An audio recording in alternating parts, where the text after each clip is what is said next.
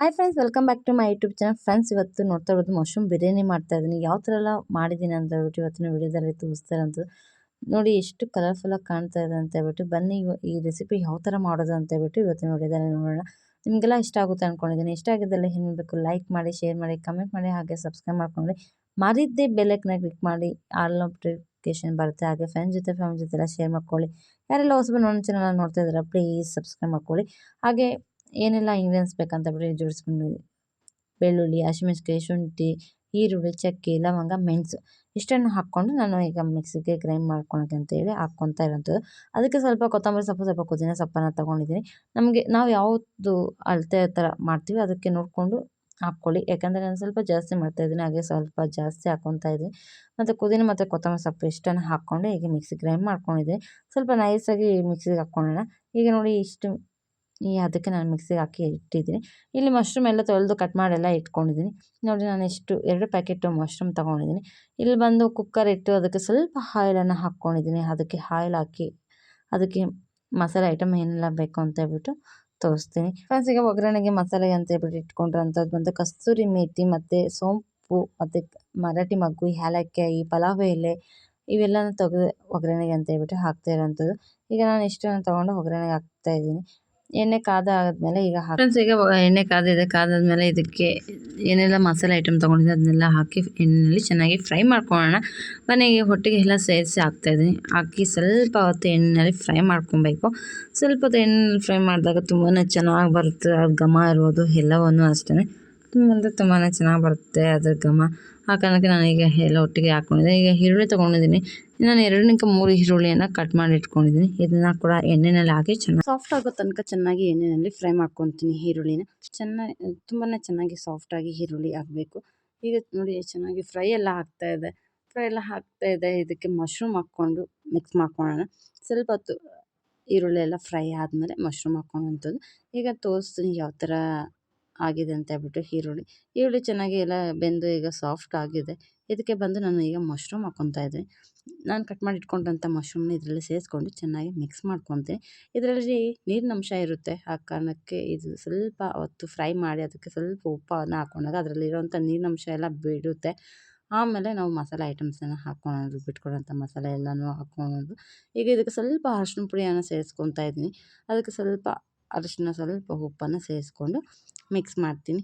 ಚೆನ್ನಾಗಿ ಮಿಕ್ಸ್ ಮಾಡೋಣ. ಮಿಕ್ಸ್ ಮಾಡ್ತಾ ಚೆನ್ನಾಗಿ ಅದು ಕೂಡ ಅಷ್ಟರಲ್ಲಿ ಸಾಫ್ಟ್ ಆಗಿಬಿಡುತ್ತೆ. ಇದು ಈಗ ರುಚಿಗೆ ತಕ್ಕಷ್ಟು ಉಪ್ಪು ಕೂಡ ಸೇರಿಸ್ಕೊಂಡಿದ್ದೀನಿ. ಆಮೇಲೆ ವಾಟರೆಲ್ಲ ಹಾಕಿದ್ಮೇಲೆ ನೋಡಿಕೊಂಡು ಮತ್ತೆ ಉಪ್ಪನ್ನು ಹಾಕೋಣ. ಈ ಲೋಟದಲ್ಲಿ ನಾನು 3 ಲೋಟ ಅಕ್ಕಿಯನ್ನು ತೊಗೊಂಡಿದ್ದೀನಿ.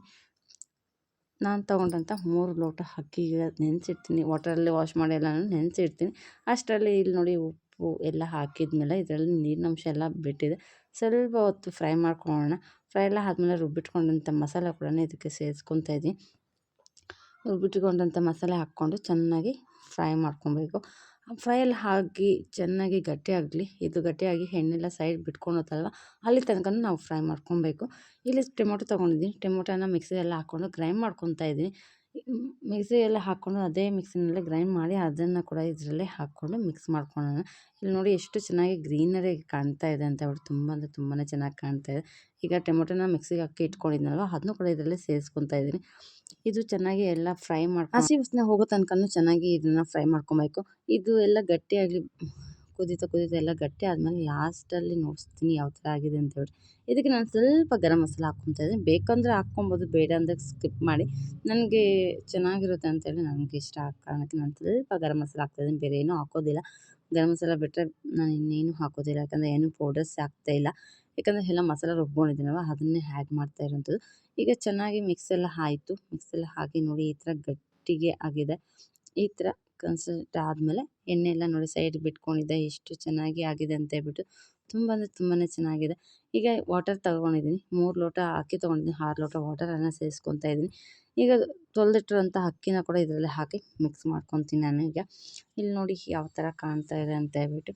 ಇನ್ನೇನು ಸ್ವಲ್ಪ ಹೊತ್ತು ಅಕ್ಕಿ ತೊಳೆದಿರೋಂಥ ಅಕ್ಕಿನ ಕೂಡ ಇದರಲ್ಲಿ ಆ್ಯಡ್ ಮಾಡ್ತೀನಿ. ಆ್ಯಡ್ ಮಾಡಿ ಉಪ್ಪು ಖಾರ ಎಲ್ಲ ಕರೆಕ್ಟಾಗಿದೆ ಅಂತ ನೋಡಿಕೊಂಡು ಆಮೇಲೆ ಮುಚ್ಚಳವನ್ನು ಕ್ಲೋಸ್ ಮಾಡೋವಂಥದ್ದು. ಈಗ ಈ ಥರ ಕಾಣ್ತಾ ಇದೆ ನಾನು ಮಾಡಿರೋಂಥ ಮಶ್ರೂಮ್ ಬಿರಿಯಾನಿ. ಲಾಸ್ಟಲ್ಲಿ ಬಂದು ನಿಂಬೆಹಣ್ಣನ್ನು ಹಾಕ್ತಾಯಿದ್ದೀನಿ. ನಿಂಬೆಹಣ್ಣು ಹಾಕಿ ಮುಚ್ಚಳವನ್ನು ಕ್ಲೋಸ್ ಮಾಡ್ತೀನಿ. ಕ್ಲೋಸ್ ಮಾಡಿ 1-2 ವಿಸಲನ್ನು ಕೂಗಿಸ್ಕೊಳ್ಳೋಣ. ಆದಮೇಲೆ ಇನ್ನೇನು ಮಶ್ರೂಮ್ ಬಿರಿಯಾನಿ ರೆಡಿ. ಹೀಗೆ ಚೆನ್ನಾಗಿ ಈಗ ಕುದಿಯುತ್ತೆ. ಇನ್ನೇನು ಕುದೀತಾ ಇರಬೇಕಾದ್ರೆ ನಾನು ಮಿಕ್ಸ್ ಮಾಡ್ತೀನಿ. ಈಗ ಬೆಂದಾದ್ಮೇಲೆ ತೋರಿಸ್ತೀನಿ ಯಾವ ಥರ ಆಗಿದೆ ರೈಸ್ ಅಂತೇಳ್ಬಿಟ್ಟು. ಈಗ ಇನ್ನೇನು ಕುಕ್ಕರ್ ಮುಚ್ಚಳ ಹಾಕಿ ಇಟ್ಟಿದ್ದೀನಿ. ಇನ್ನೇನು 1-2 ವಿಸಲನ್ನ ಕೂಗ್ಸೋಣ. 2 ವಿಸಿಲ್ ಕೂಗಿಸ್ತಾ ಇನ್ನೇನು ಮಶ್ರೂಮ್ ಬಿರಿಯಾನಿ ರೆಡಿ. ಫ್ರೆಂಡ್ಸ್, ಈಗ ನಾನು 2 ವಿಸಿಲ್ ಕೂಗಾದ್ಮೇಲೆ ಓಪನ್ ಮಾಡಿದ್ದೀನಿ. ನೋಡ್ತಾ ಇರ್ಬೋದು, ಒಂದಕ್ಕೆ ಒಂದು ಅನ್ನ ಮೆಕ್ಕಲಿಲ್ಲ, ಅಷ್ಟು ಚೆನ್ನಾಗಿ ಆಗಿದೆ. ತುಂಬ ಅಂದರೆ ತುಂಬಾ ಚೆನ್ನಾಗಿ ಬಂದಿತ್ತು. ಇಲ್ಲಿ ನೋಡ್ತಾ ಇರ್ಬೋದು ಮಶ್ರೂಮ್ ಬಿರಿಯಾನಿ, ನಾನು ಮಾಡಿರೋಂಥ ಮಶ್ರೂಮ್ ಬಿರಿಯಾನಿ ತುಂಬಾ ಚೆನ್ನಾಗಾಗಿದೆ. ಈಗ ಎಲ್ಲ ನೀಟಾಗಿ ಎಲ್ಲ ಮಿಕ್ಸ್ ಮಾಡೋಣ. ಮಿಕ್ಸ್ ಮಾಡಿ ಇನ್ನೇನು ಮಕ್ಕಳೆಲ್ಲ ವೆಯ್ಟ್ ಮಾಡ್ತಾಯಿದ್ದಾರೆ ಮಶ್ರೂಮ್ ಬಿರಿಯಾನಿಗೋಸ್ಕರ. ಯಾರಿಗೆ ತಾನೇ ಇಷ್ಟ ಆಗಲ್ಲ ಮಶ್ರೂಮ್ ಅಂದರೆ ಅಲ್ವಾ? ತುಂಬಾ ಇಷ್ಟ ನನ್ನ ಮಗಗೂ ಅಷ್ಟೇ, ಎಲ್ಲನೂ ಅಷ್ಟೇ. ಈಗ ನಾನು ಮಾಡಿರೋಂಥ ಮಶ್ರೂಮ್ ಬಿರಿಯಾನಿ ಈ ಥರ ಇದೆ. ನಿಮಗೆಲ್ಲ ಇಷ್ಟ ಆಯಿತು ಅಂದ್ಕೊಂಡಿದ್ದೀನಿ. ಫ್ರೆಂಡ್ಸ್, ನೀವು ಕೂಡ ಒಮ್ಮೆ ಟ್ರೈ ಮಾಡಿ. ತುಂಬ ಅಂದರೆ ತುಂಬಾ ಟೇಸ್ಟಿಯಾಗಿ ತುಂಬಾ ಚೆನ್ನಾಗಿ ಬಂದಿದೆ. ಹಾಗೆ ನೀವು ಕೂಡ ಮಾಡಿ ತಿಂದು ಯಾವ ಥರ ಆಗಿದೆ ಅಂತ ಹೇಳ್ಬಿಟ್ಟು ಕಮೆಂಟಲ್ಲಿ ಬರ್ತಿಳಿಸಿ. ಈ ವಿಡಿಯೋನ ಇಲ್ಲಿಗೆ ಎಂಡ್ ಮಾಡ್ತೀನಿ. ಮತ್ತೊಂದು ಅಡುಗೆ ಮತ್ತೆ ಸಿಗ್ತೀನಿ. ಅಲ್ಲಿವರೆಗೂ ಟೇಕ್ ಕೇರ್, ಬಾಯ್ ಹೇಳ್ತಾ ಇದ್ದೀನಿ.